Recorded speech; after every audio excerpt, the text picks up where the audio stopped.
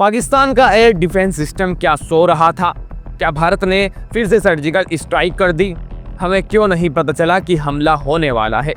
ऐसे सवाल इस वक्त सोशल मीडिया, टीवी डिबेट्स और आम लोगों की बातचीत में सबसे ज्यादा पूछे जा रहे हैं। और वजह है भारत का ताजा ऑपरेशन सिंदूर, जिसमें दावा किया गया कि भारतीय वायुसेना ने पाकिस्तान और पीओके के अंदर घुसकर आतंकी ठिकानों को निशाना बनाया। लेकिन ये सब कैसे हुआ? पाकिस्तान की एयर डिफेंस ताकतें क्या कर रही थी? और क्या आने वाले समय में भारत पाकिस्तान के रिश्ते और ज्यादा खतरनाक मोड़ ले सकते हैं? आज की वीडियो में हम एक एक बात को डिटेल में आसान भाषा में समझेंगे। तो चलिए शुरू करते हैं इस हमले की कहानी। हवा में तैरती मिसाइलों और जमीन पर सोती रडारों की जुबानी। 6 मई की रात 1:05 से लेकर 1:30 तक ये आधा घंटा इतिहास में दर्ज हो गया। भारत ने पाकिस्तान के 6 अलग अलग ठिकानों को टारगेट किया। भारत का कहना है कि ये सब आतंकियों के अड्डे थे और ये वही आतंकी थे जो पहलगाम में 26 टूरिस्ट की हत्या के लिए जिम्मेदार थे। लेकिन पाकिस्तान का दावा है कि इस हमले में मस्जिदें और आम नागरिकों को निशाना बनाया गया। सच्चाई क्या है वो तो बाद में पता चल ही जाएगा, लेकिन पाकिस्तान की मिलिट्री ने कहा कि भारत ने 24 हमले किए और इसमें अलग अलग टाइप के हथियार इस्तेमाल किए। इतना ही नहीं, पाकिस्तान ने जवाबी कार्रवाई का दावा भी किया। कहा गया कि उनके एयर डिफेंस सिस्टम ने भारत के 5 फाइटर जेट्स और 1 ड्रोन को मार गिराया। हालांकि भारत ने इस दावे पर कोई प्रतिक्रियाएं नहीं दी। अब सवाल उठता है, जब भारत हमला कर रहा था तो पाकिस्तान की सुरक्षा व्यवस्था क्या कर रही थी? इसके लिए हमें समझना पड़ेगा कि एयर डिफेंस सिस्टम होता क्या है। जब भी कोई मिसाइल, रॉकेट, ड्रोन या फाइटर प्लेन आपके देश की सीमा में घुसने की कोशिश करता है तो एयर डिफेंस सिस्टम उसे पहचानता है, ट्रैक करता है और फिर उसे हवा में ही उड़ा देता है। जैसे कि इजराइल का आयरन डोम या डेविड स्लिंग, ये दुनिया के सबसे बेहतरीन एयर डिफेंस सिस्टम में गिने जाते हैं। ईरान, हमास या हूती विद्रोही जब भी हमला करते हैं तो इजराइल उन्हें हवा में ही खत्म कर देता है।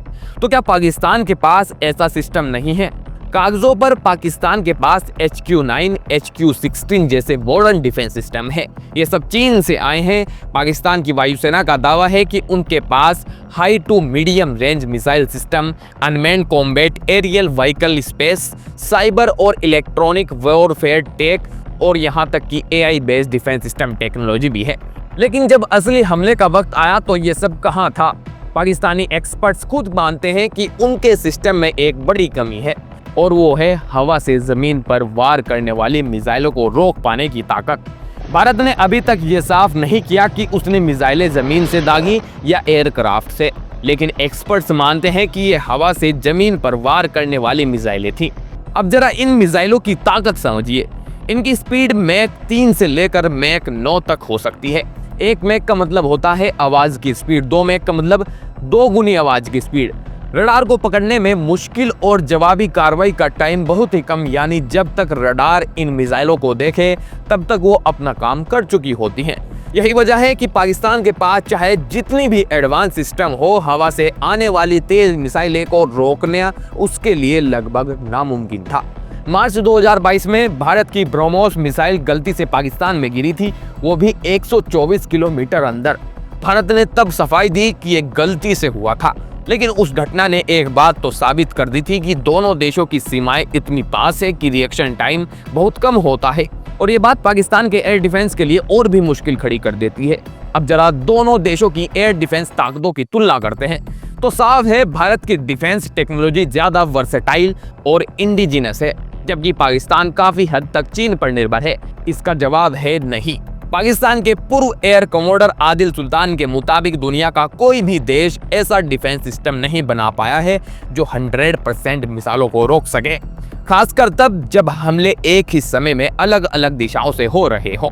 सीमा इतनी नजदीक है कि मिसाइल रडार में आने से पहले ही काम कर जाती है और इस पूरे सिस्टम को फुल प्रूफ बनाने के लिए अरबों डॉलरों की जरूरत होती है, जो शायद किसी भी देश के लिए प्रैक्टिकली मुमकिन नहीं है।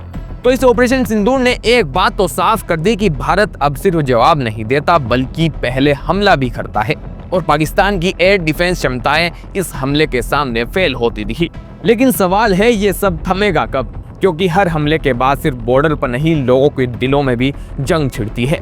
अगर आपको इस वीडियो से कुछ नया समझने को मिला हो तो एक लाइक ज़रूर करिए और हाँ, कमेंट्स में अपनी राय ज़रूर बताइए। क्या एयर डिफेंस सिस्टम में इतना इन्वेस्ट करना ज़रूरी है या फिर हमें कूटनीति की तरफ बढ़ना चाहिए? मिलते हैं अगले वीडियो में, तब तक के लिए सतर्क रहिए, जागरूक रहिए। जय हिंद।